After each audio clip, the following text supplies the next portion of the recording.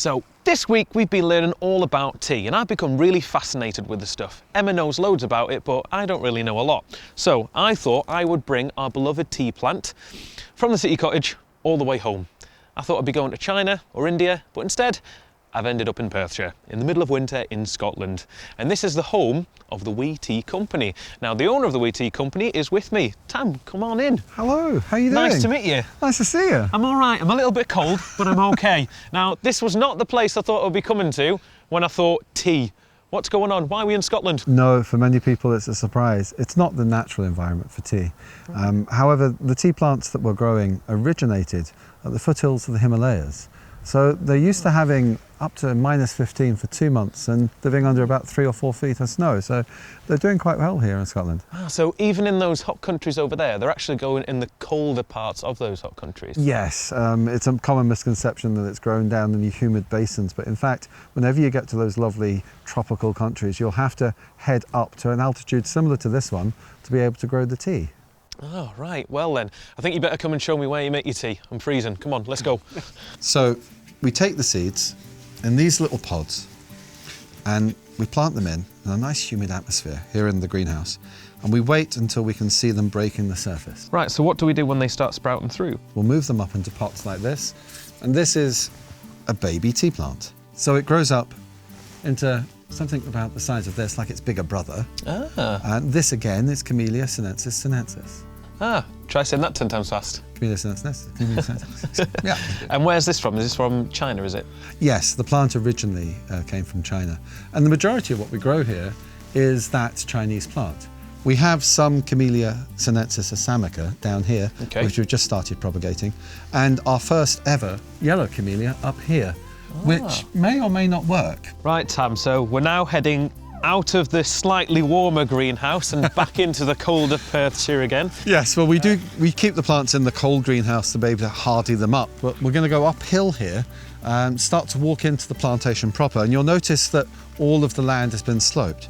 Any photo you'll see of a plantation, they'll all be on lovely slopes because they need a well-drained root. Right, okay. Well, we've got the benefit of that and our own mountain spring, so they're fed by beautiful clean water, and also they're kept in a very healthy condition. What we've got here are small tea plants which we've planted in, and they're going to grow up to be their bigger brothers, but right now they're dealing with the cold quite well. If you feel the leaf, it feels much like an evergreen, like a laurel leaf. Yeah. Right. It's like an antifreeze system going on because they've already got this natural hardiness. Okay, so these leaves here are the green tea. How do we get white tea? Well, if I show you up here, we've used a certain amount of modern agricultural techniques.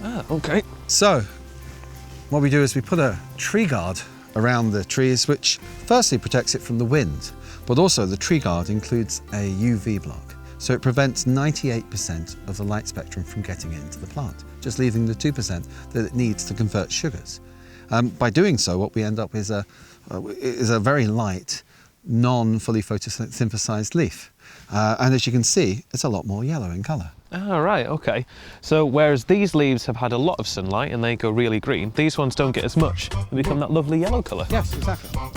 Brilliant. So we've finally come inside, which I'm rather relieved about because it was pretty cold out there. It's pretty brisk. It's a bit nippy, yes. And now we're going to do my favourite part, which is to make the tea and hopefully drink it as well. So these are the leaves that we've picked earlier. How are we going to make this tea?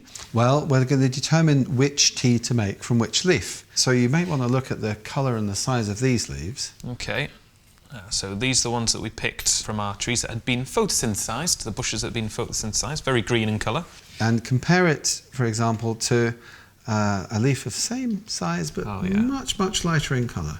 Yeah, you can see the difference there. So that one's had not as much sunlight.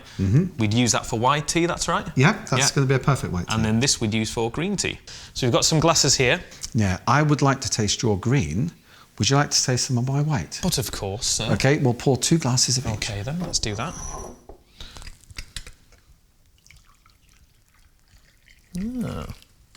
Lovely. Now let's try the white first. OK. Here we are. And what you want to do here is, there's a very good Scottish word for this called sucking. Sucking. So pretend you've got a peach stone in your mouth. Right. Turn your tongue into a bit of a spoon so you can get the air underneath the tongue and around it. Okay. And then slurp. Now you're going to make a noise. Right. And it's okay to make a noise. Okay. It's a little bit funny, but if the more air you get into your mouth, the bigger the noise that you make. The more air you get in your mouth, the better you can taste the tea. Okay, I think you better go first. Show me how to do it.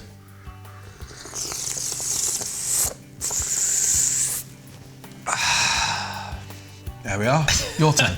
Right, okay, so slurp, look like a fish. Got it. Okay.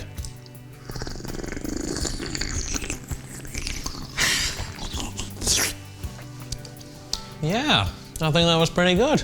Is that all right for a first attempt? It's perfect. You're nearly an expert. Now, let's have a taste of your green tea. Ooh, right, yeah.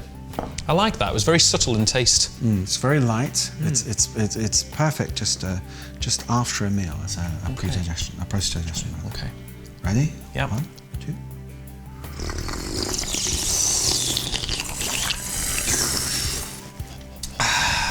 Oh, that's good tea. Stronger flavour, isn't it? Yeah. You know what? I mean, I'm not going to lie. Today has been a long day. It's been very cold, but I think it's been well worth it. And all you need to make your own tea is a tiny little seed, let it germinate, grow into a big bush, pick off those leaves, make sure they're little double twinned ones, and then fry them up, and you've got tea. So good.